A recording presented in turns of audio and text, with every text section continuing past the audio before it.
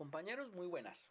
Hoy vamos a hacer la primera parte de esta charla que tengo programada con ustedes acerca de restricción de fauna silvestre neotropical. Entonces ya en la presentación anterior, ya en la clase anterior estuvimos hablando un poquito acerca de unas generalidades que me pareció importante que ustedes las hablaran.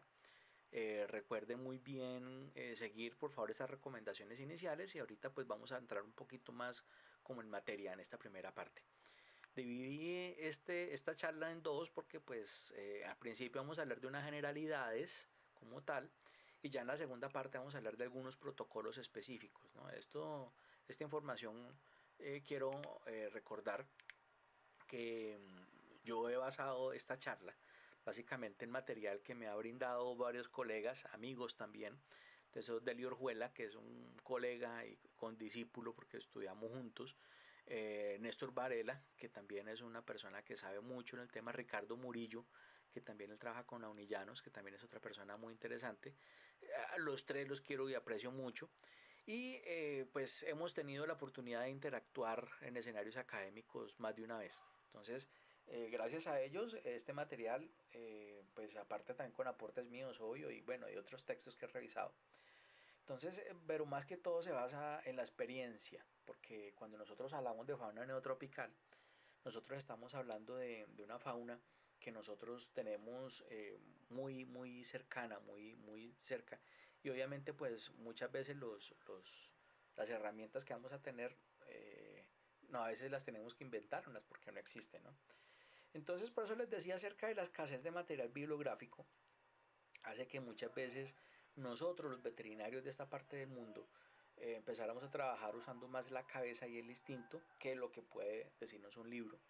Entonces a mí me parece chistoso, por ejemplo, que algunas veces cuando yo estaba más pelado comenzaron a sacar el auge de los posgrados en medicina de fauna de vida silvestre, pero hablaban de fauna neotropical y lo hacían esos cursos en Londres. Entonces uno como sí, entonces pues obviamente a mí era chistoso eso. Entonces hoy en día ya se pueden hacer más cursos, ya se pueden hacer actualizaciones, capacitaciones en diferentes partes del mundo. Si pueden pagarlas, páguenlas. Pues acuérdense también de mirar la institución que la ofrece, porque pues obviamente en algunos países la normatividad es diferente. Por ejemplo, ahorita están ofreciendo muy fácil voluntariados en fauna silvestre en diferentes partes. Por ejemplo, yo conozco acá en el Ecuador un par de sitios, en el Perú, en Bolivia, también hay muchos sitios donde se pueden ir a trabajar, a hacer voluntariados. Entonces, como les decía, mucho lo comentado en este video, hace parte de experiencias personales o cosas que hemos aprendido en este trabajo. Bueno, los objetivos de hoy básicamente son conocer los principales aspectos relacionados con la manipulación de los animales, ¿cierto? Entonces aquí siempre debemos entender de que la seguridad nuestra y de ellos, así mismo como el bienestar de ellos y nuestros también obviamente, y la sanidad también, son ejes fundamentales en cualquier maniobra de restricción. Entonces, bueno, entonces sigamos, empecemos ahora sí. Entonces, hablemos de captura, restricción y manipulación, que realmente estamos entendiéndola como una serie de elementos que son necesarios para realizar un examen clínico, aparte de otros procedimientos que más adelante vamos a ver. Entonces, acá tenemos que considerar varios factores, ¿no? Por ejemplo, como la facilidad y seguridad en el manejo. Por ejemplo, estos miquitos, ustedes los ven así chiquitos, así pequeñitos y todo, pero es difícil manejarlos porque son fuertes, a pesar de lo pequeños, muerden. Aparte, recuerden que ellos están, muchos de ellos son portadores del herpes virus IME, que nosotros nos produce pues un síndrome parecido de la culebrilla, bueno, etcétera. Entonces, esta facilidad puede ser relativa, dependiendo mucho de la especie, de una cantidad de cosas. Entonces, eso también es importante que ustedes la sepan. La otra es que siempre que vamos a hacer una manipulación, una restricción, debemos entender que tiene que haber un objeto, un objetivo. Esto, para mí, esto que estoy señalando acá en este circulito, es para mí de las cosas más importantes. Si no tenemos eso, no hagamos nada. ¿Cierto? ¿Para qué vamos a dormir el animal? Para sacarle sangre. ¿Es necesario dormirlo? Pregunto. Cuando se puede condicionar, ¿no? Yo les hablaba también de procesos de condicionamiento muy interesantes que ya se han hecho, ¿cierto? Yo les decía que, pues, precisamente en este zoológico, en el Bioparque de los Ocarros, estuvimos trabajando con un equipo de biólogos y biólogas muy interesante que ellos condicionaron los animales en esa época. Entonces no había necesidad ni siquiera de dormirlos para hacer algunos procedimientos. La técnica a emplear, muchas veces, yo no sé si ustedes se acuerdan cuando nosotros hablábamos, alguna vez hablamos de las técnicas enzimáticas, ¿no? Tirársela encima. Entonces esa es una, ¿no? Pero pues tampoco es así. Hay que usar las herramientas adecuadas, acá vamos a hablar un poquito de ellas. La técnica que vamos a usar tiene que ser una técnica que sea aprobada, que nosotros sepamos que funciona. Tenemos que tener en cuenta elementos del bienestar animal, ¿cierto? Conservando que no se estrese, disminuir el estrés en una cantidad de formas, porque recuerden que un estrés continuado puede producir problemas más adelante. Hay que también pensar en el bienestar del operario, ¿no? O sea, este muchacho que está trabajando ahí es uno de los cuidadores. La muchacha que está al lado mío y al lado es una médica veterinaria. Ella también pues tiene que tener en cuenta una cantidad de cosas para el manejo de estos animales. Y la otra, es necesario hacer el procedimiento como les decía yo ahorita, entonces hay que pensar mucho en eso. Las consideraciones para elegir el tipo de restricción tienen que ver por muchas cosas, por ejemplo, con la especie. Si nosotros tenemos una especie, por ejemplo, como esta serpiente que estoy manipulando ahí, si yo no la manipulo adecuadamente me muerde. Todas las serpientes muerden, ¿cierto? Entonces, pues igualmente no voy a manejar esta serpiente de la misma forma como lo trabajaría con una serpiente cascabel, sí que es potencialmente mortal, ¿cierto? Entonces aquí hay que mirar esto también, la peligrosidad del animal. Luego hablamos de los códigos de peligrosidad. Entonces hay que mirar eso también, muy importante. Hay que conocer también el estado de alarma psicológica del animal. O sea, eso es como en forma más clara, es como la forma en que el animal está atento a los peligros que le ofrece el medio, ¿cierto? Entonces ya tenemos la especie, que puede ser un animal muy manso, un animal muy peligroso, un animal pequeño, un animal grande. El estado de alarma psicológica ya se refiere a esta condición de alerta que tiene el animal. Recuerden que, por ejemplo, los animales de presa son mucho más susceptibles al estrés psicológico que de pronto un animal predador, ¿cierto? También hablemos de la condición física, un animal que esté en buen estado de carnes, que esté saludable, ¿cierto? O puede ser una hembra que esté gestante o un macho en celo. Entonces también tenemos que tener en cuenta, por ejemplo, para no volver a cometer errores, por ejemplo, meterse con un animal bravo por cuestiones de su ciclo reproductivo. Ya ha matado gente, por ejemplo, miren lo que pasó con uno de los veterinarios que trabajó alguna vez en el zoológico Matecaña, que fue muerto gracias a que un elefante macho en celo lo corneó, le atravesó su colmillo y lo mató. Entonces miremos que estas cosas pasan. Entonces hay que ser muy consciente de esas cuestiones. Y aparte de eso, la conducta individual. Yo creo que aquí es importante que nosotros entendamos que esos animales también tienen como las diferentes animalidades, hablando de personalidades animales. ¿Cierto? Un animal que ya lo conozca uno, que no le... Pues, los animales pueden llegar a ser rencorosos o muy queridos. Entonces, si uno está muy bien con el animal, entonces obviamente pues van a haber muchas reacciones positivas al respecto, pero algunos animales no hay que confiarse, o sea, no hay que confiarse en un animal silvestre. Nunca va a dejar de ser silvestre. Entonces tengan mucho cuidado con eso también, no se confíen nunca. Entonces, bueno, pero ya dependiendo de eso, también hablando de la conducta individual, yo creo que también podemos hacer referencia a la jerarquía. Por ejemplo, no es lo mismo un alfa que de pronto un omega. Entonces acá también hablemos de esto. O también hay animales que por naturaleza son mansos, otros no tanto. Entonces hablemos de eso también. Entonces acá hay dos palabras que yo les he dicho, que estamos hablando de captura y restricción. Entonces acá yo le coloco las dos formas. Entonces cuando hablamos de captura, estamos hablando de un proceso en el cual se persuade o se instiga al animal para confinarlo en un área reducida controlada. Mire, estos muchachos, yo les había contado que alguna vez los puse a hacer una tarea. Llegaron enguayados a trabajar al zoológico. Entonces yo le dije, bueno muchachos, como castigo, enciérreme, tómense una foto donde ustedes puedan pesar cada uno de los animales y me van a contar cómo lo hicieron. Entonces los muchachos se las ingeniaron, consiguieron una báscula de esas electrónicas de ganado, consiguieron, bueno, duraron toda una tarde para hacer esto, pero lograron capturar al animal, ¿cierto? Entonces ellos usaron comida, ¿cierto? Ya la restricción, ya estamos hablando de un proceso en el cual se limitan los movimientos de los animales mediante métodos físicos y o químicos.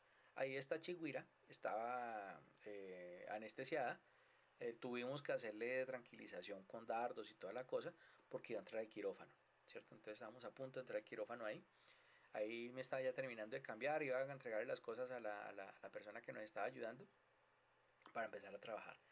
Entonces entienda las diferencias entre captura y restricción. O sea, la captura es para confinar los animales y la restricción ya es limitar los movimientos de los animales, ¿cierto?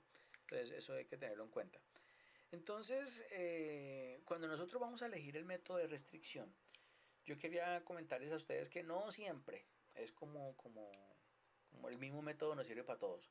Por ejemplo, yo les mostraba a ustedes cuando estábamos hablando de etología esta misma foto, donde mostraba esta parejita de Ira Bárbara, estaban copulando y llegó el otro chimoso a meterse. Si yo me llego a meter ahí, el animalito se estresa y me puede llegar a morder. Una mordida a un animal de estos duele, ¿cierto? Entonces, cuando yo hablo de esto, de la elección del método de restricción, acá hablamos de una cantidad de elementos. Por ejemplo, hablemos del tiempo que nos va a gastar hacer esa restricción. Entonces, si es corto, pues usemos la restricción física, ¿cierto? Porque simplemente con atraparlo y ya, hacemos restricción física. Si es un tiempo largo, entonces usemos la restricción química, ¿cierto? Porque nosotros podemos mantener un animal con restricción química por horas incluso. La manipulación, si va a ser poca, pues hagamos la restricción física. Si va a ser mucha, hagamos la química. Ya antes les había hablado un poquito acerca de como los agravantes o no, como las diferentes condiciones que yo tenía para hacer ese tipo de restricciones. Entonces acuérdense que hay una tablita parecida. Y yo les hablaba de esto, esta tabla me la proporcionó Néstor Varela, ¿no? El objetivo de la restricción, mira, acá vuelvo a repetir esta cuestión que me parece a mí muy importante, me parece a mí clave para poder hacer cualquier procedimiento de restricción, porque si yo no tengo claro el objetivo, o sea, yo tengo que entender muy bien qué es esto, para qué nos va a servir esto. Entonces, si acá yo digo que siempre depende, ¿cierto? Depende de muchas cosas, puede ser de condicionamiento que tenga el animal, de idiosincrasias previas que tenga el animal, el temperamento, en las dos también.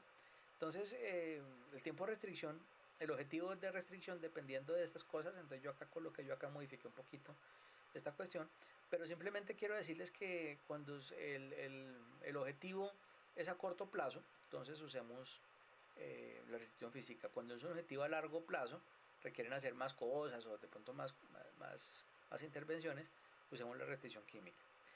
En cuanto a la seguridad, es importante que ustedes entiendan que la restricción física implica bajo riesgo para el animal, ¿cierto? Bajo riesgo para el animal y bajo riesgo para la persona que opera ese animal. Entonces acá yo no puedo decir a ustedes que la restricción física hagámosla a una serpiente de cascabel, por ejemplo, que implica bajo riesgo, no, porque el bajo riesgo pronto para la serpiente, pero para mí no, ¿cierto? Entonces aquí hay que tener en cuenta esto. Entonces cuando hablamos de esa seguridad, no solamente es el riesgo para el animal, sino también para el operario. Entonces la restricción física se usa cuando la seguridad no es un problema grande a revisar en estos animales. Pero la restricción química sí y solo si es un alto riesgo para los operarios o para el personal que está trabajando. Por ejemplo, un animal código negro, código rojo, ya les hablo de esto, o que requiere un manejo especial.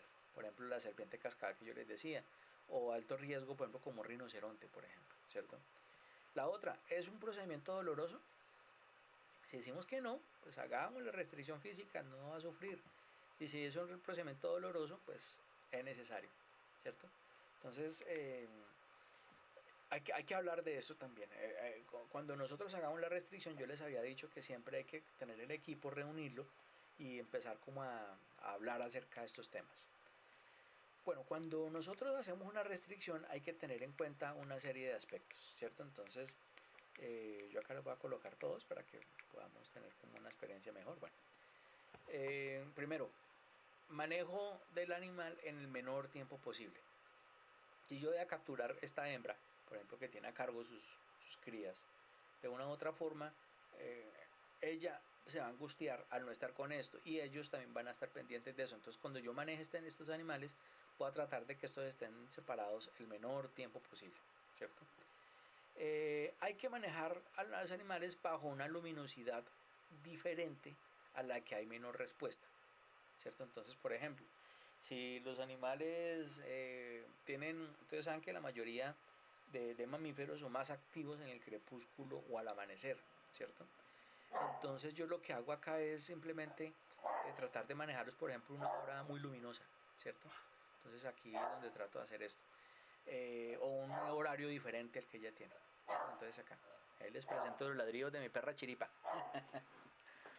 Hay que respetar siempre el esquema de silencio, quietud y tibieza. ¿Se acuerdan que en una presentación anterior yo les hablaba de este esquema, de esa triada importante en el manejo, de silencio, quietud y tibieza, y les explicaba cada uno de esos aspectos que tienen que tener en cuenta acá? El ayuno.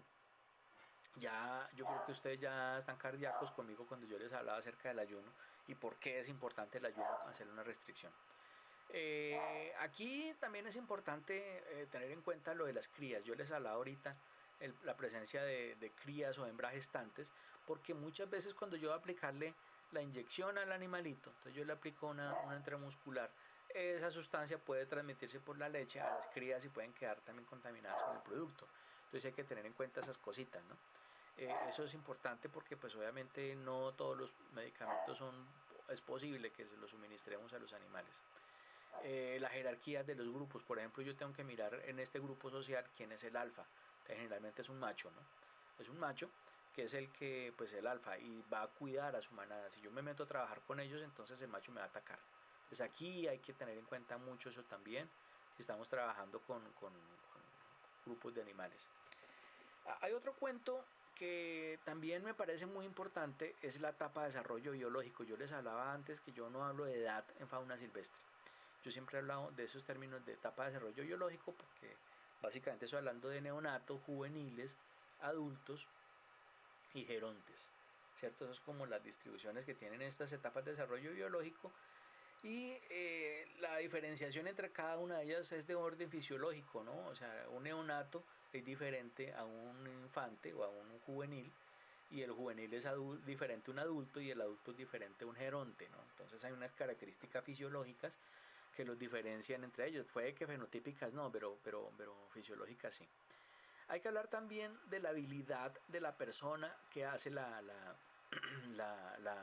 manejo o la experiencia previa de este animal.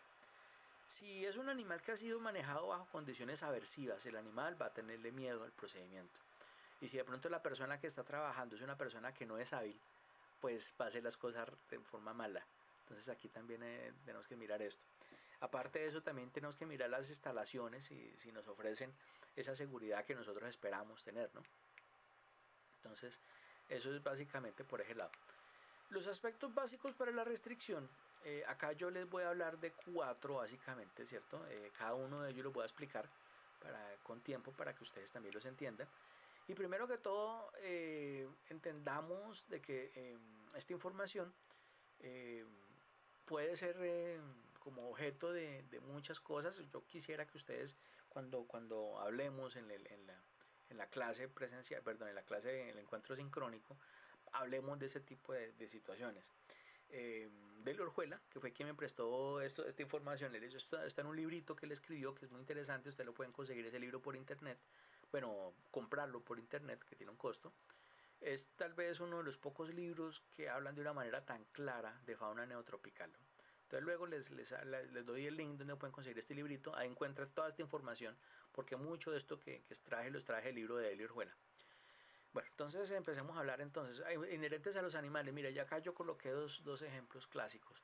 Por ejemplo, una talla X y un colúbrido totalmente inofensivo. Ambos animales son de la misma familia, ambas son serpientes, ¿cierto? Son herpetos, son ofidios, pero uno es un solenoglifo, viperide, y otro es un colúbrido aglifo. Ya más adelante les cuento que es aglifo y solenoglifo, entonces cuento. Entonces acá tenemos que tener en cuenta características de la especie, elementos con los cuales se defiende o ataca, las estrategias que utiliza, las fortalezas, las debilidades, aparte de eso de condiciones individuales como la fuerza, velocidad, bueno, etcétera. Entonces aquí yo creo que nosotros vemos un animal de estos y ya lo aprendemos a reconocer. Mire, la foseta loreal, escama maquillada, patrón de X en el cuerpo, ya sabemos que es un animal venenoso, ¿cierto? Pero este animalito, una cosa clave para reconocer que no es un animal venenoso son las placas grandes que tiene la cabeza. Ustedes las notan acá, puede ser una, dos, 3, 4, 5, 6, 7, 8 y 9, creo que son así. Bueno, ahí si me equivoqué, los biólogos me corrigen después. Pero son 9 placas cefálicas que tienen esos animales acá. Y acá pues tiene unas características diferentes. Entonces el manejo de estos animales va a ser totalmente diferente. Es un ejemplo. Entonces aquí yo quiero devolverme acerca de los animales porque no todos son igual de peligrosos. Entonces resulta que este esquema de semáforo se usa mucho en muchas partes del mundo. En algunas partes usan el semáforo más el blanco y el negro, como yo lo tengo acá, yo lo manejo con el blanco y el negro, pero en la mayoría de partes está el semáforo normal, rojo, amarillo y verde, ¿cierto? Entonces, eso depende según la letalidad del animal. Entonces, cuando nosotros hablamos del código negro, ese primero que estamos viendo ahí, decimos que la interacción con este animal termina casi siempre en letalidad. Entonces, los animales código negro son letales. Entonces un ejemplo de él es, por ejemplo, un rinoceronte. Entonces si yo intervengo con él o él me llega a atacar, lo más fijo es que me muera, ¿cierto? O la interacción con una mamba negra, por ejemplo. Una mamba negra es un animal código negro, porque pues, hombre, una mordida de ese animal me mata, o una serpiente pelamis, que solamente hay 2 personas en el mundo que han sobrevivido a una mordida de esa serpiente, bueno, etcétera, es un código negro. La rana venenosa del Chocó, esta amarillita, la Filobates terribilis, está denominada como un código negro. El código rojo, que es este que sigue, decimos que la interacción con este animal termina casi siempre en lesiones de importancia médica que requieren atención hospitalaria, ¿cierto? Por ejemplo, una amputación, una mordida que inocule un veneno. Si no se atiende de manera rápida y oportuna, el paciente se muere. Entonces, o sea, algunas personas eliminan el código negro y meten el código rojo porque pues estas son muy cercanas, ¿no? Pero entonces aquí la interacción en el negro, la diferencia es que la interacción casi siempre termina en letalidad. En el código rojo hay posibilidades de que el paciente se salve, por lo menos. Entonces esto, el código amarillo ya tiene que ver con que la interacción con este animal no presenta mayores riesgos y en caso de un ataque, las lesiones pueden ser manejadas en una situación de atención primaria, ¿no? Cualquier centro de salud, cualquier sitio de estos puede atender a una persona en esas condiciones. Entonces el código amarillo. Entonces, por ejemplo, un código rojo puede ser, por ejemplo, por colocarles un ejemplo, por ejemplo, una serpiente cascabel que tiene antídoto, pero toca manejarlo de forma hospitalaria. El código amarillo, pues, por ejemplo, una guacamaya que simplemente me lastimó o simplemente me provocó una fractura de un dedo, por ejemplo, que tenía el guante puesto y me picó y eso, es un código amarillo. O simplemente una cebra que me pateó, por ejemplo. O un saíno que me embistió, bueno, etcétera. El código verde son animales que la interacción con ellos muy pocas veces producen lesiones de gravedad. Y en caso de haberlas, pues son de muy fácil manejo estas lesiones. Entonces, por ejemplo, como el contacto que con una tortuga, ¿cierto? Que, bueno, una tortuga pequeña, estoy hablando, me mordió y apenas me pellizcó y me dolió. Un periquito que me mordió y apenas me arrancó el pedacito de piel. O de pronto, no sé, alguna lesión un raspón, alguna cosa que no sea así. Y el código blanco son aquellos animales que la interacción con ellos casi nunca produce lesiones de importancia médica. Puede decirse que es casi inofensivo, ¿cierto? Entonces ese casi yo lo manejo también para el código negro, casi letal, ¿cierto? Y el código blanco casi inofensivo. Entonces para que lo entiendan de otra forma también. Entonces, por ejemplo, un grillo, una cucaracha, una ranita de pantano, de esas normalitas, esas son código blanco. Yo no me imagino qué daño me puede hacer de pronto en la parte microbiológica, de pronto una ranita de charco. Esas ranitas uno, sí, entonces es como por ese lado. Bueno, cuando hablamos de las condiciones inherentes a las personas, yo quiero que nosotros tengamos en cuenta varias cosas. Acá yo coloco muchas de estas porque obviamente acá estamos hablando de una cantidad de factores. Entonces nosotros acá entendemos, por ejemplo, que hay personas que son responsables de unos animales. Por ejemplo, yo les coloco el caso de este león. Yo le dije cara de elefante. Este león está en un zoológico de acá de Colombia. es un animal que fue donado por un circo. Mentiras, resulta que los circos hace algunos años tuvieron la necesidad de entregar todos sus animales. Son animales que pues ya no se está permitido tener animales silvestres en un circo, entonces les tocó mandarlos. Este animal no podía volver a la selva porque le faltaban los dos colmillos grandes de arriba, ¿cierto? Perdón, los de abajo, perdón. Y no tenía uñas, fue desungulado, ¿cierto? Pues para que pudiera hacer su espectáculo con seguridad para el manejador. Entonces pues es un caso triste, pero este animal no puede volver a la selva. Entonces, ¿por qué hablo yo de las personas acá? Porque también las personas, este animal terminó con un rencor inmenso, sobre todo con los varones, con los hombres.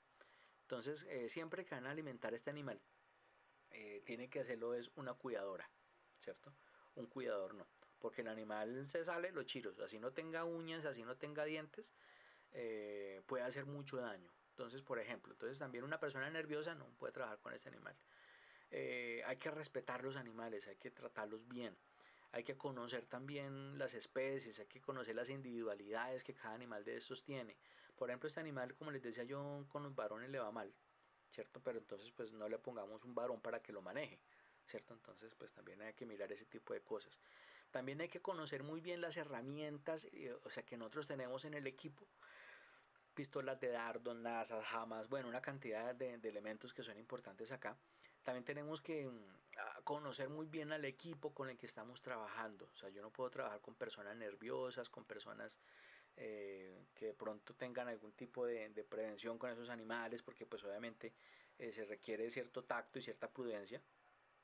También es importante que las personas que estén trabajando con animales y que sean manejadores de fauna, sean personas que sepan hasta dónde llegar, o sea, que se autoconozcan, entre comillas, ¿cierto? Obviamente también tienen que poseer un gran sentido común y un gran tacto. O sea, el sentido común, si yo sé que un animal de eso me puede hacer daño, ¿para qué me le meto a ese animal? O sea, yo no voy a... Sí, pues, hombre, sí, no es sentido común, o sea, no ser bobo tampoco ahí, tanto es la de Tarzán. Entonces, y lo mismo el tacto, ¿no? También hay que ser una persona muy prudente en muchas cosas, también hay que mirar de qué forma nos podemos también ver afectados. La habilidad que se gana con la práctica, obviamente, una persona que tenga ciertos recursos en cuanto a la habilidad, pues puede funcionar mucho mejor. Hay que también entender que las implicaciones que tiene el manejar esos animales, hay que obviamente el estar en este tipo de sitios con estos animales implica unas condiciones de bioseguridad diferente. Entonces, por ejemplo, nosotros tenemos que entender cuáles son las vacunas que nosotros debemos aplicarnos.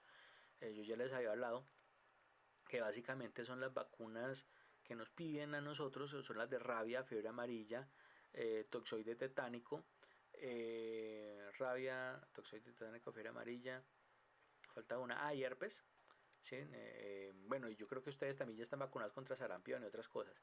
Y periódicamente, cada 6 meses, se sugiere que nos hagamos prueba de leptospira, prueba de brucela y frotis de uñas para, como manipuladores de alimentos también. Bueno, y otras pruebas. Hay tuberculosis también nos hacen la prueba. Eso para saber que estamos manejando poblaciones de riesgo sanitario, ¿no? Entonces, acuérdense que eso también tiene muchas cosas que ver también acá. Obviamente el manejo que se le hace a los animales tiene mucho que ver con el tipo de persona, no es lo mismo usted trabajar con Delio Orjuela, trabajar con Ricardo Murillo, con Jesús Varela o con el profesor Chamorro. O sea, los cuatro trabajamos de forma muy diferente y pues obviamente hay personas más hábiles que otros en este tipo de manejos. Por ejemplo, para grandes felinos yo sé que a ojo cerrado Delio Orjuela es el mejor, ¿cierto? Entonces, en ese sentido, por ejemplo, para trabajar con animales amazónicos, yo diría que Ricardo Murillo, ¿cierto? Bueno, en medicina interna yo sé que Néstor es muy bueno, bueno, etcétera. Acá también hay que mirar también quiénes tienen fortalezas y quiénes no, y con quién vamos a armar equipo.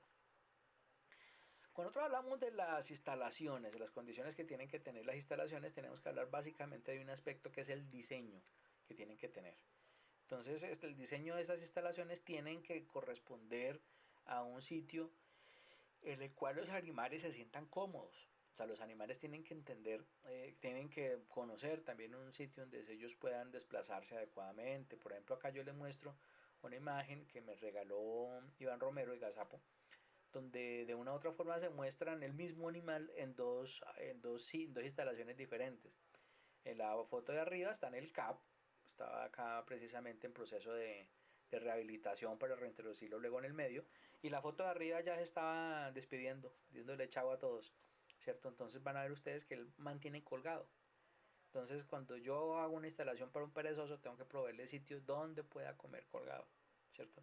Ellos incluso tienen los hijos colgados, entonces también es algo. Entonces hay que mirar también que en esas instalaciones, por ejemplo, si ustedes se dan cuenta, hay un espacio que sería, o sea, está la zona donde él mantiene. Acá tienen varios troncos, tenía varios troncos colocados de diferentes maneras, pero también hay un sitio donde el veterinario o el biólogo podía manipular o saber cosas acerca de este animal de una manera pues buena, que ya sería muy diferente hacerlo acá en el monte directamente. Acá si se le colocan un dardo tranquilizante, este animal se cae y se mata, pero acá pues tenemos manera de manejarlo. Entonces, dependiendo de esto, nosotros podemos también entender cuáles pueden ser las estrategias a usar para manejarlos, ¿cierto? Bueno, en el equipo. Yo acá le quiero hacer una observación pequeñita. Mire, si ustedes se dan cuenta, acá está el equipo de los Ocarros. Acá está Ricardo Murillo. Acá está Dora, no acuerdo el apellido de ella, es una médica también muy buena. Este muchacho que está acá al lado del tenista se llama Carlos. No me acuerdo el apellido de él tampoco. Y este es un estudiante mío de la UTCA.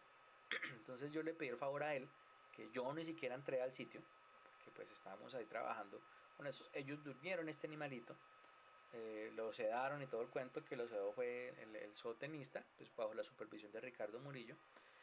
Sedaron el animal, lo estaban revisando porque tocaba hacerle un cambio de algo, no me acuerdo qué era lo que estaban haciendo. Y este muchacho era parte de mis estudiantes de la rotación de fauna que yo daba en la UTCA. Entonces él tenía la responsabilidad de todo lo que dijeran ellos apuntarlo, ¿cierto? Él estaba un poquito molesto porque no lo dejaron participar.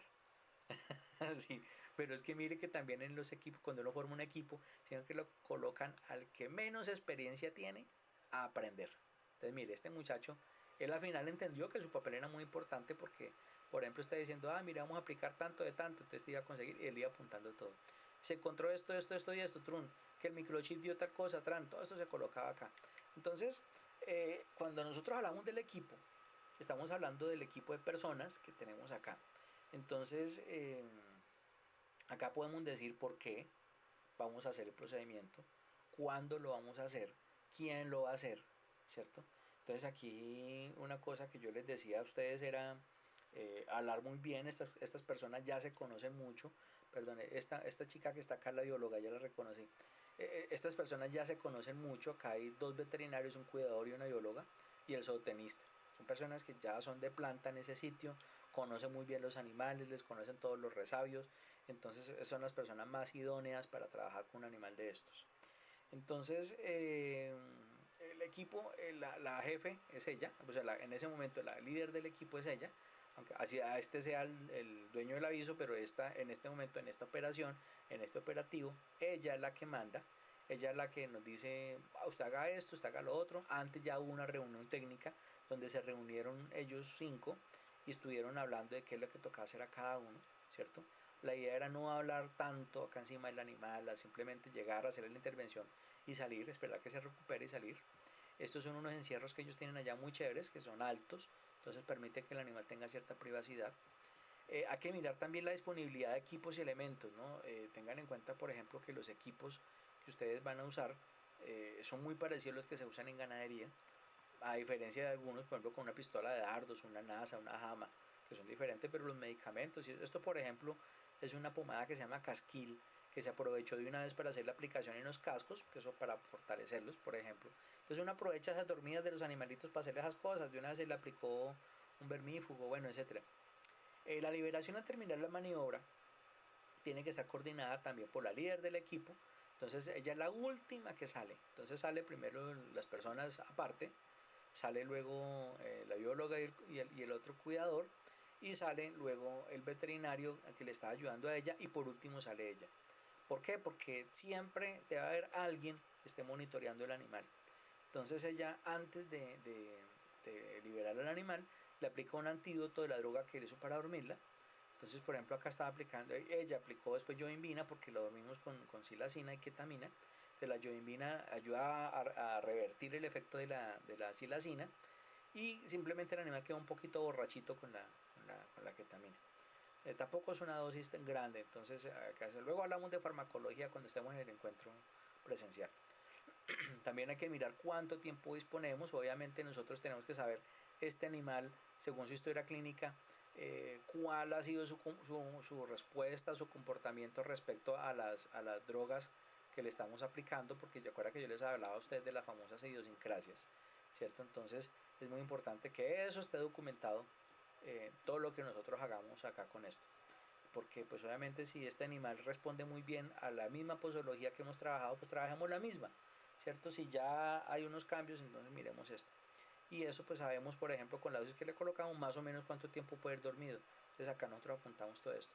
Y la coordinación, eso es lo que está haciendo esta chica, que ella está coordinando de manera adecuada todo el proceso. Entonces para que ustedes lo vean de esa forma. Las condiciones de manipulación tienen que ver básicamente con diferentes asuntos, con estos 5 asuntos básicamente, donde tenemos que hablar de condiciones ambientales. Por ejemplo, yo no voy a manipular un animal altamente estresable en momentos de mucho calor, por ejemplo. Sí, porque pues podemos estar conllevando una miopatía por captura. Ya luego en clase, en el encuentro sincrónico, vamos a hablar de la miopatía por captura y cómo se maneja. Acá no. Vamos a hablar también de las condiciones del encierro como tal. O sea, si es un encierro que permita, por ejemplo, esta es una zona de manejo, que yo antes de entrar le pedí el favor al cuidador que manipulara al animal, lo capturara para luego yo sí entrar, y la médica estaba pidiendo ayuda para una revisión de ese animalito que tenía algo, no me acuerdo qué era, eso fue hace muchos años, para ayudarle con el animalito. Entonces ahí estábamos manejando el animal para luego poderlo trabajar. Las condiciones conductuales también son importantes porque pues obviamente un primate de estos tiene un comportamiento muy diferente, por ejemplo, a, no sé, cocodrilo, la tortuga. Son estos muy, muy diferentes. El comportamiento de ellos difiere bastante. Entonces hay que tener en cuenta que estos comportamientos de una u otra forma también pueden ser eh, llevados a cosas peligrosas más adelante si no lo sabemos conocer. Entonces hay que conocer muy bien el comportamiento de la especie y el comportamiento individual de ese animal. Otra cosa que hay que tener en cuenta para la manipulación es la jerarquía que tenga ese animal. La jerarquía, decimos que si es un animal alfa, es un animal beta, delta, bueno, etcétera, o si es un omega, ¿cierto? No hay nada de malo que sea omega, simplemente es otra forma de manejarlo. Obviamente un alfa va a ser más aguerrido, va a ser más complicado manejarlo. El omega, pues puede que es posible que el alfa lo defienda, bueno, etcétera. Estamos hablando también en esto mismo de la jerarquía de la territorialidad. Hay animales que son bastante territoriales, entonces ellos no van a permitir que uno se meta a su encierro así nomás. Y lo mismo el estado de salud. Es importante que ustedes reconozcan que hay animales que tienen un comportamiento dependiendo de su condición fisiológica. Por ejemplo, una hembra en celo va a atraer a los machos más agresivos, que ellos van a estar como más dispuestos a la pelea, ¿cierto? O por ejemplo, una hembra gestante o con cría va a defender acérrimamente a sus cachorros, pudiendo llegar a ser muy peligrosa, bueno, etcétera. Entonces un animal enfermo pues no va a tener la misma condición que un animal sano, o inclusive una hembra recién parida no hace lo mismo que una hembra vacía, ¿cierto? Entonces para que lo miren de esa forma. Bueno, cuando hablamos de los factores para seleccionar la técnica de restricción, estaba hablando que hay varias cosas que ustedes tienen que tener en cuenta. Primero, hablar de la seguridad de las personas. O sea, las personas que van a trabajar acá tienen que tener los elementos de seguridad básicos para trabajar. Tenemos que proveerle a ellos siempre que podamos guantes, tapabocas, gafas de protección, la ropa adecuada para trabajar en campo, bueno, etcétera, una cantidad de cosas.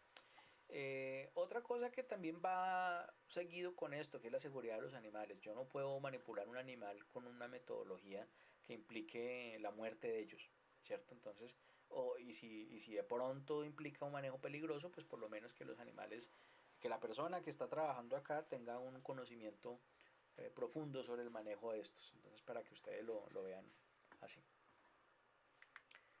Otra cuestión que tenemos que mirar es que se acuerdan que yo les había insistido ya bastantes ocasiones acerca del objetivo, ¿no?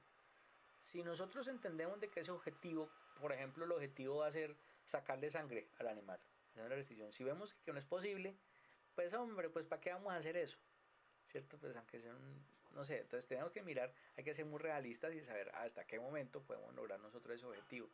Y también otra cosa que tenemos que estar pendientes es la recuperación del animal. Es muy diferente con animales domésticos porque cuando nosotros hablamos de animales de fauna silvestre, estamos hablando, por ejemplo, que estos animales tienen una recuperación que varía de acuerdo con diferentes factores. Y toca estar muy pendientes. ¿Se acuerda que yo les comentaba anteriormente en otro video? Que por lo menos lo que yo hacía era coger el celular, una aplicación de estas que transmite la cámara del celular por una dirección IP, y yo luego de un computador monitoreaba lo que estaba yo viendo ahí. Eso se puede hacer, es muy fácil hacerlo. Esa es una aplicación, usted la descarga, pone ahí, y luego eso le da un número IP que usted mira luego en la computadora y usted puede monitorear eso. Si tiene cámaras de seguridad, pues mejor. Sí, ahí sí se evitan colocar el aparato allá.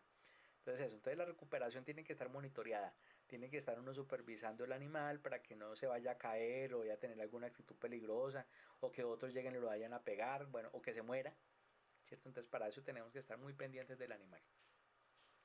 Bueno, entonces acá ya les voy a hablar acerca de los tipos de restricción, que básicamente son dos, ¿cierto? La restricción química y la restricción física. Cuando hablamos de la restricción química, estamos hablando de esa restricción que se usan productos de síntesis química para producir un estado de alteración de la conciencia del animal para capturarlo, manipularlo y restringirlo. Generalmente se aplica por vía endovenosa, por vía parenteral, o sea, oral, ¿sí? O por vía inhalada, ¿cierto? Muy rara vez se usan productos de orden tópico. En anfibios se usan productos para restricción química de forma tópica, pero en animales de otro tipo no. Entonces ahí están viendo cómo esta muchacha le está aplicando un producto anestésico a ese tigrillo. La restricción física ya es la que usa los recursos físicos de los que disponga el manejador. O sea, es lo contrario de la restricción química. Para lograr así la restricción o la captura del animal. ¿Cierto? Entonces, con la restricción física, ustedes se dan cuenta que aquí la chica, que es compañerita de ustedes en la práctica de babillas que fuimos al su criadero, está teniendo de la manera adecuada un reptil de estos. Entonces ella está viendo los muchachos que están atrás, ustedes ven que también están haciendo una restricción. Entonces ellos no están, nosotros no estamos usando en ningún momento algún químico, simplemente la fuerza que nosotros tenemos en nuestras manos. Entonces así es como se restringe un cocodrilo. Bueno, un caimán pequeño, ¿no? La restricción física, ya empezando a hablar un poquito de esto, tiene unos elementos que los vamos a ver hoy, donde estos elementos que yo les estoy colocando acá tienen mucho que ver con lo que nosotros tengamos. Entonces, lo primero que hay que revisar son las famosas herramientas etológicas. Vamos a ver en esta presentación cada una de ellas. La disminución de la percepción de los estímulos, el confinamiento, herramientas que aumentan el alcance y la fuerza, barreras físicas, fuerza física y elementos misceláneos. Entonces aquí quiero mostrarles a ustedes, por ejemplo, esta zarigüeyita, es una cría. Esa zarigüeyita, ustedes saben que las zarigüeyas son unos animales muy interesantes, muy lindos además. Son animales muy carismáticos, entre muchas otras cosas. Y la forma en que yo la estoy sujetando es una forma segura para mí, segura para el animal, ¿cierto? Entonces, pues se puede hacer con animales de este porte, ese tamaño, pues, sobre todo, es una cría, es un animal joven.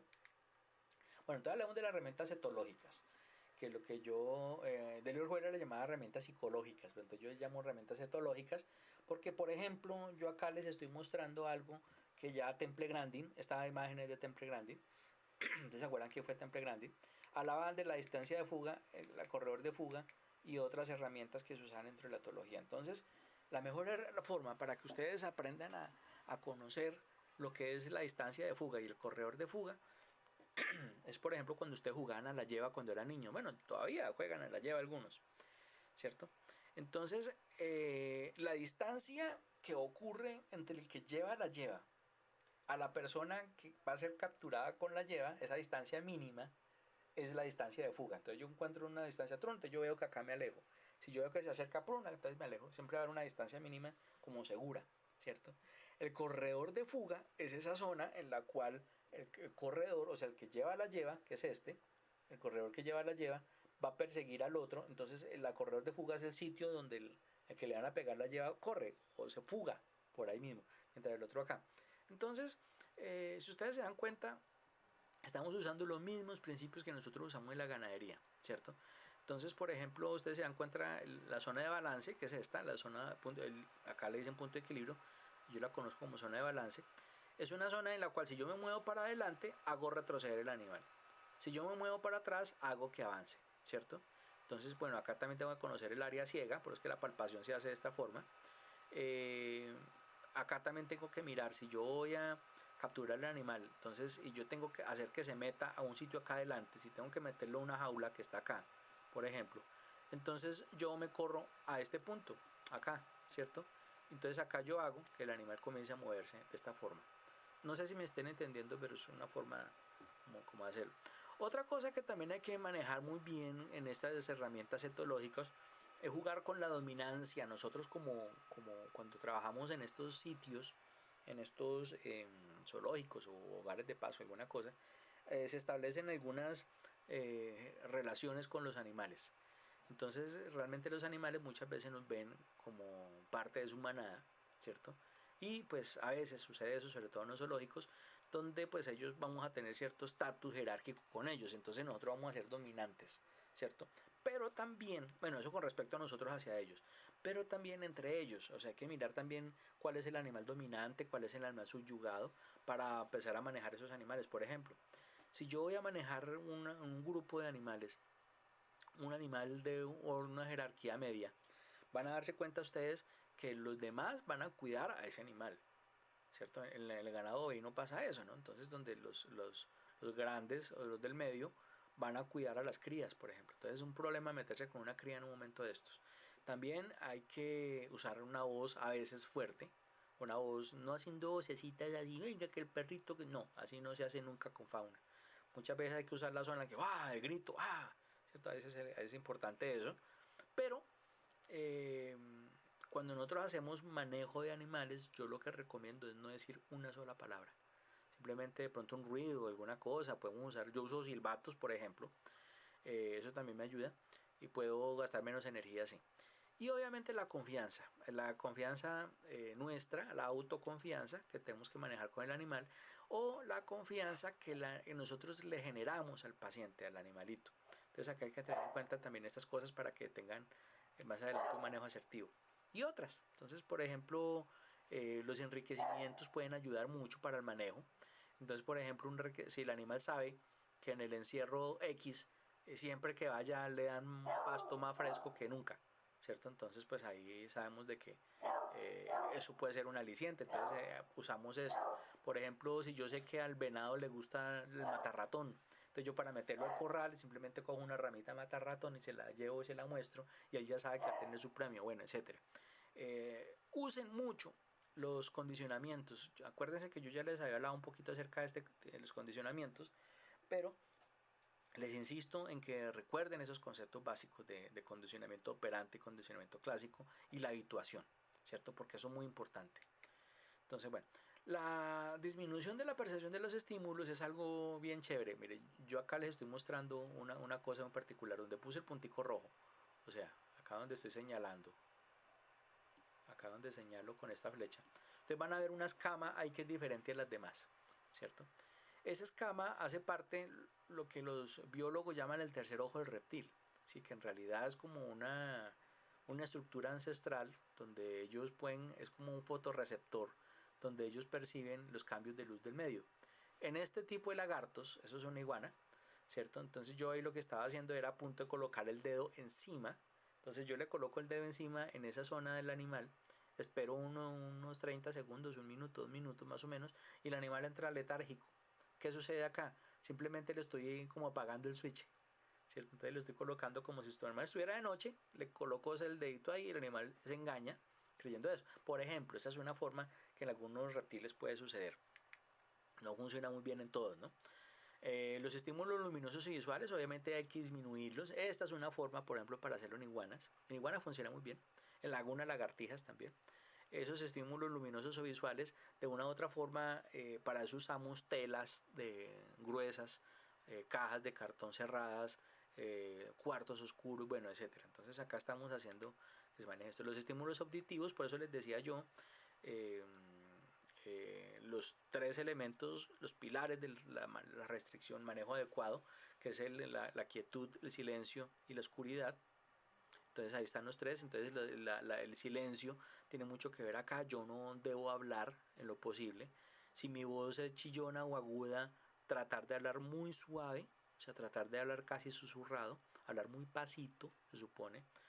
Y los hombres, tratar de hablar grueso. ¿Sí me entienden? Bueno, hablar grueso. Tratar de hablar grueso los hombres, pues porque las frecuencias bajas también relajan y calman, ¿cierto? Entonces, eso puede ser posible también por ese lado. Los estímulos relacionados con la temperatura. Yo les había explicado a ustedes en otra presentación acerca de la famosa zona termoneutral, ¿no? La zona termoneutral, yo les decía a ustedes que era como una especie como de campana de Gauss, donde ustedes van a ver, por ejemplo, que en esa 95% de casos que forman esa campana, donde está la parte acá, están entre 17 hasta 25 grados centígrados. Ya por encima o por debajo de esto, ya estamos hablando de algunos casos muy especiales, pero sí los hay. Por ejemplo, por debajo están los osos polares, por ejemplo, que un animal del Ártico estaría mucho más cómodo, por ejemplo, en temperaturas sobre cero, bajo cero, perdón. Un animal, por ejemplo, del Sahara no estará cómodo a 28 grados centígrados, sino que estará cómodo a 35 a 40 grados centígrados, por ejemplo. Entonces hay que pensar en esos rangos extremos de temperatura, pero en los animales neotropicales tenemos que entre 17 a 21 grados centígrados es el rango de temperatura de la zona termoneutral. Entonces siempre que manejemos un paciente en nuestro trópico, como estamos hablando de fauna silvestre regional, manejémosla siempre a ese rango de temperatura. No posible, pues tengamos aire acondicionado, ventiladores, bueno, etcétera. Hay que también mirar los estímulos relacionados con el tacto. El solo hecho de que estemos manipulando el animal, el solo hecho de que se sienta capturado, ya el animal está sufriendo un estrés bastante fuerte. Entonces procuremos no manipularlo a no ser que sea estrictamente necesario. ¿Cierto? Por ejemplo, esa lagartijita, esta iguanita estaba ahí bastante incómoda con mi mano. Eso rojo que tiene ahí es papaya porque estaba comiendo. Pero entonces esos estímulos relacionados con el tacto, tratemos de que no sean tan fuertes, ¿cierto? Sobre todo, hay otra cosa, otra recomendación que yo les hago a los médicos veterinarios, tratemos de no usar anestésicos disociativos solos, ¿cierto? Por ejemplo, ketamina. Si lo usamos solo, vamos a provocar un efecto disociativo en el animal, donde él va a quedar inmóvil, pero sintiendo absolutamente todo lo que le está pasando. Y algunas sensaciones se exacerban. Está demostrado que al ser disociativo, por ejemplo, usted agarra a un animal cuando está disociado y el animal va a entrar en un estado de estrés muy grande porque él está disociado, está en una traba a la berraca, hagan de cuenta. Entonces, por eso que yo recomiendo usar estos anestésicos disociativos tipo ketamina con tranquilizantes mayores, ¿cierto? O barbitúricos incluso. Entonces yo, por ejemplo, la ketamina siempre la asocio con la silacina, por ejemplo. Yo no soy de los que usa, por ejemplo, la atropina muy frecuentemente.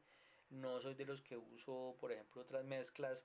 Hay médicos que cogen y los protocolos médicos usan 4 o 5 productos. Hombre, pues a mí me ha funcionado muy bien este protocolo en la mayoría de animales, pues lo sigo usando. Ahí lo único que cambio son las proporciones de la droga, ¿no? Bueno, entonces, hablemos de las herramientas que aumentan el alcance y la fuerza. Entonces yo acá coloco NASA, jamas, tubos, ganchos, una cantidad de herramientas, o la famosa horqueta, espere, o la famosa horqueta. Entonces ustedes se dan cuenta, eh, miren este tipo de jamas, de NASAs, perdón, la jama es de tul, de NASA, de esas con que usan para las mariposas, ¿cierto? Ustedes ven acá que tiene una forma triangular, ¿cierto? Y acá tiene una forma redonda, bueno, casi redonda. ¿Por qué creen ustedes que tienen esta forma triangular? Luego en el encuentro sincrónico me dicen, por favor. Yo acá les dejo esa tareita, para eso si son lo suficientemente observadores. ¿Y por qué algunos son redondos? ¿Cierto? Entonces cuénteme eso cuando lo vean acá. Esto es una foto de unos ganchos que se usan en herpetología para manejar serpientes. Ustedes van a darse cuenta que, por ejemplo, este está hecho con un palo de golf, ¿sí? Donde simplemente cogen el gancho, se lo adaptan en la punta, ¿cierto? Algunos que son colapsibles, que son de recoger o de estirar como una antena, son ganchos que se usan mucho para manejar serpientes. Estas herramientas de una u otra forma nos ayudan a no tener un contacto directo con un animal que nos pueda hacer daño. Por ejemplo, en el caso de las serpientes, acá con ellas las manipulamos y evitamos de que nos puedan hacer daño de una u otra forma. En el caso de las jamas o lazas o las redes como tal, tenemos que la mejor forma de usarlas es aprovechando las herramientas etológicas, por ejemplo, conociendo el corredor de fuga, colocamos la NASA la red en el sitio donde el animal va a escapar, mientras con otra cosa la usamos para que entre ahí. Es un ejemplo. O una horqueta, simplemente una horqueta puede ayudarnos a manejar este tipo de herramientas que pueden ser importantes para esto. Entonces acá un tramojo, que es esas varas lazo, que son como un tubo que tienen por dentro una guaya. Entonces usted llega y atrapa al animal y lo ajusta y queda el animal pues ahí sujeto, ¿no? Entonces varias formas. Los tubos se usan mucho en ofidismo, para manejo de serpientes, que son tubos transparentes en los cuales el animal entra, usted le agarra el cuerpo, entonces con cierta seguridad podemos manipular el animal ahí. Algo así. Las barreras físicas, aquí estamos hablando de estas barreras que colocamos a distancia moderada, barreras en espacios pequeños, perdón. Primero les voy a hablar acerca de esta foto. Entonces, por ejemplo, esta foto la tomé yo hace muchos años, estamos hablando del año 2004, 2005, cuando un profesor de ustedes, que es muy amigo mío ahorita, estaba todavía estudiando con Fabián Castañeda. Él estuvo mucho tiempo con la Fundación APAS y resulta que la Fundación APAS ellos recogían animales que dejaba la Corporación Autónoma para rehabilitarlos y para luego reintroducirlos. Entonces este caso, este mico, fue un mico que la corporación incautó a unos traficantes. Este muchacho con su grupo, ahí estaba la actual esposa de él, estaba Javier Rubiano, estaba Luis Carlos Rodríguez, era un equipo muy chévere, era muy bacano. Yo trabajaba en esa época en Bogotá y cuando venía a Ibagué, yo los visitaba y trabajaba con ellos por raticos, bueno, hacía cositas chéveres con ellos también, cuando me dejaban. Entonces, sí. Entonces, ¿qué pasaba acá? ¿Por qué hablo de las barreras físicas? Resulta que esa tela verde que ustedes ven ahí atrás era con lo que ustedes se dan cuenta ahí en el jardín botánico, por la entrada del parqueadero de las motos. Ustedes se han notado casi como llegando hacia la rectoría, hacia la parte de atrás. Ahí en la parte de adentro van a ver una jaula metálica, ya de estar vuelta a nada después de tantos años. En esa jaula estaban estos animales metidos y ellos colocaron ese tipo de telas plásticas alrededor, pues para evitar que la gente fuera ya a meterse a mirar los bichos y eso, pues obviamente pues era complicado, pero se trataba de por lo menos brindarle cierta privacidad a los animales. Entonces básicamente las barreras físicas, una de esas funciones es esa, hacer de que ellos no puedan ver el exterior, ¿cierto? Pero también se usan como manera de contención. Mira, acá Delio Orjuela nos está mostrando un procedimiento, si ustedes se dan cuenta, aquí en este momento se dan cuenta que hay un oso que se escapó, ¿cierto? Esto fue en el zoológico de Cali, ¿cierto? Se escapó y el operativo que se armó fue básicamente contener el animal, contener el animal, ¿qué pasó con la otra foto? De esta forma, bueno, la otra foto estaba mostrando acá, no la tengo yo ahorita de las que voy viendo, acá se está mostrando cómo era el procedimiento que se hacía con él. Entonces básicamente el animal se le estaba acercándose, moviendo esta pared de tela, mucho, mucho, mucho, hasta que el animal ya se viera y pudiera bajar por sí mismo. Acá se le colocó la escalerita para que pudiera bajar. Entonces ese animal no se iba a escapar de ahí. Entonces, bueno. La fuerza física también es otro elemento que me parece importante que ustedes lo reconozcan como importante, porque la captura manual también es algo que nosotros debemos usar de vez en cuando. Si ustedes se fijan, acá en esta foto, que esta foto ya la había mostrado antes, ¿cierto? Estoy yo manipulando esta guacamaya. Si yo no hiciera fuerza con ese animal, este pico es capaz de que coge este guante y se cierra y me puede cercenar el dedo sin cortar el guante. Entonces imagínense lo doloroso que puede llegar a ser eso. O sea, si yo no hago la fuerza suficiente, me lastima. Entonces hay que pensar en eso. Entonces para eso hablemos de los guantes, hablemos de las toallas como herramientas que nosotros podemos usar.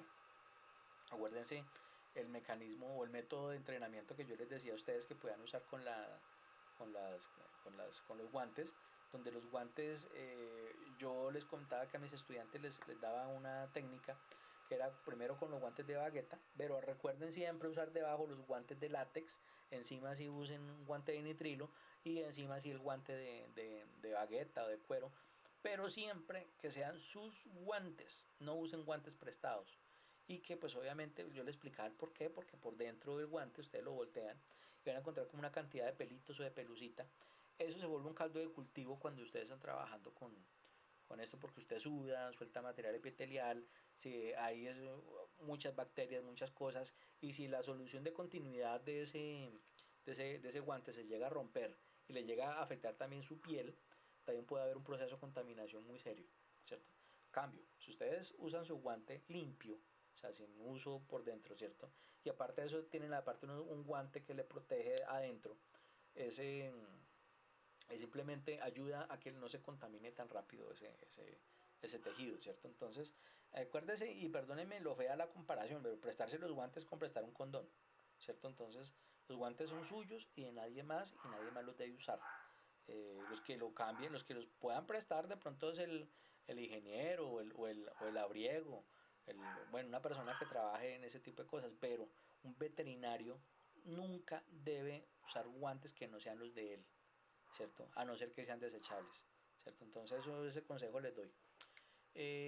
Elementos misceláneos. Bueno, entonces acá simplemente es para recordarles unas situaciones, ¿no? Estas, cuando hablamos de elementos misceláneos, estamos hablando básicamente que depende de las circunstancias, ¿cierto? Nosotros acá hablamos de elementos misceláneos cuando no se usan, cuando se usan elementos no convencionales, ¿cierto? Entonces estamos hablando acá como agua, una manguera, tábanos. El tábano es el piquete eléctrico, ¿sí? Cuerdas, pitos, extinguidores, palos, piedras, lo que sea, ¿cierto? Pero que pueden ser útiles en el momento de la contención. Yo les voy a contar, por ejemplo, el caso de esta águila, este gavilán, perdón. Resulta que este animalito nos había caído ya antes en una red de niebla. Eso fue en un muestreo que hicimos por allá arriba en Clarita Botero. Ustedes se dan cuenta con una cara tranocho que tengo yo ahí. El animalito nos cayó en una red de niebla. Lo quitamos de la red de niebla y lo soltamos mucho más arriba para que pudiera no volver a caer en la red de niebla. Cuando en un momentico vuelve a caer esta nena otra vez, era una hembra, vuelve a caer otra vez este animalito. Entonces yo mismo lo saqué de la red de niebla con mucho cuidado porque estos animales siempre se maltratan mucho en una red de niebla. Tocó dañar un poquito la red de niebla, pero entonces comenzó a molestar mucho con las garras y estaba cansado y todo el cuento. Entonces yo para poderlo coger, resulta que una vez se debe manipular en este momento de la articulación coxofemoral, ¿cierto? Para evitar que se desarticule de la articulación coxofemoral. Entonces yo la cojo de acá, simplemente colocando los dedos de los patas del animal acá y cierro y ahí queda pues firme. Entonces estaba haciendo esto, pero se dieron cuenta que acá se me soltó. Pero entonces yo hacía eso con una toalla. Entonces, ahí aproveché para la foto, porque yo tenía el animal cogido y cuando el animal buscaba la manera de picotearme, entonces yo lo que hacía era bajar o subir el brazo. Entonces el animal sentía que salía de balance, entonces abría sus alas y no me picoteaba. Entonces eso era mientras tanto, mientras lo llevaba al sitio donde le... Entonces lo que hice esta vez fue bajar casi como unos 200 metros a otra parte diferente y lo solté ahí y nunca más volvió a aparecer ahí. Entonces, como les digo, es un elemento que casi siempre es usado como último recurso. Yo les colocaba a ustedes también el ejemplo de este animal. Si este animal, ustedes lo ven ahí bonito, carismático, gordito, pero este animal así como está es un macho entero, alfa, que me puede hacer mucho daño si me llegase a atacar. Entonces, si yo me llegase a meter en el encierro de este animal y me llegase a atacar, entonces pues me va mal. Entonces, acá qué tengo que hacer, pues defenderme con lo que sea, con un palo, con una cuestión, etcétera. Entonces aquí ya pues implicaría otras cosas. E incluso alguna vez me metí yo a un encierro de unos micos y me tocó con una tapa de una caneca restringirlo hasta llegar a la reja y ahí sí con el guante lo atrapé. Esto es una manera de hacerlo, ¿cierto? Entonces, pero tengan cuidado, siempre no se confíen de este tipo de animales. Yo les decía a ustedes que este tipo de animales lo puede matar a uno. Tiene unos colmillos bastante grandes, son muy fuertes. La fuerza que tiene un animal de esos es capaz de romperme un brazo con sus manos. Entonces, mucho cuidado, mucho cuidado con ese tipo de animales, no se confíen. Entonces, si tienen que usar la fuerza, pues úsenla. Tienen que usar otros métodos de restricción, pues también háganlo, ¿cierto? El confinamiento, mire, quienes quieran conocer a Adelio, ahí les muestro a Adelio Orjuela, él es un veterinario con muchos años de experiencia. Entonces ahí está mostrando perdón, discúlpenme, ya. Estaba mostrando, por ejemplo, acá en este brete, que está hecho especialmente para felinos, acá está trabajando con un jaguar. Ustedes saben que el jaguar es el felino más pesado de este lado del continente, de este lado del mundo. Tiene la mordida más fuerte de todos los gatos, más inclusive que la de un león, un tigre. Entonces es un animal muy fuerte, muy poderoso y muy carismático y muy interesante. Entonces, ¿qué hacía acá Delio? Delio simplemente lo que hacía era cuando el de la jaula de manejo, que es esta, ¿cierto? Acá donde estoy señalando la jaula de manejo. Entonces el animal entró a este sitio, que es como un brete. Entonces al entrar acá, él simplemente corre una puerta y lo restringe, apretándolo, es un apretadero, donde comienza a apretarlo, hasta que el animal ya queda restringido completamente. Entonces es un apretadero, ¿cierto? Entonces es como el apretadero que él hace acá. A veces también se usan algunos nidos trampa, que son algunas situaciones en las cuales el animal llega a descansar o a dormir y uno aprovecha, lo cierra y se lo lleva, ¿cierto? Entonces son herramientas que se pueden usar también así. Bueno, allá para terminar esas dos fotos que quiero mostrarles ahorita, ustedes los ven animalitos, los más de tiernos, lindos, bonitos, mírenlos ahí todos tiernos, todos titinos. Pero estos animales son un código amarillo, ¿no? Bueno, el tigrillo ya sería amarillo fuerte, ¿no? Entonces, amarillo naranja. La nutria y el tigrillo son animales que son carnívoros, tienen dientes, tienen procesos carnaciales, son cazadores, desgarran, ¿cierto? Entonces, para quienes digan, ay, tan bonita la nutria, la quiero una de mascota. Esta nutria, precisamente que está ahí, fue incautada por la Corporación Autónoma Regional porque la tenían como un perrito en alguna familia, y este animalito mordió a la niña de la casa, le dañó su rostro porque pues la niña comenzó a jugar brusco con ella, entonces pues la entregaron a la corporación, ¿cierto? Este tigrillo que ustedes ven ahí, el tigrillo de la izquierda, es un tigrillo que ahí donde está sedado con ketamina, está disociado completamente, ¿cierto? Ustedes le ven las pupilas como las tiene completamente dilatadas y con cara de tener un viaje absolutamente delicioso, está totalmente estupefacto.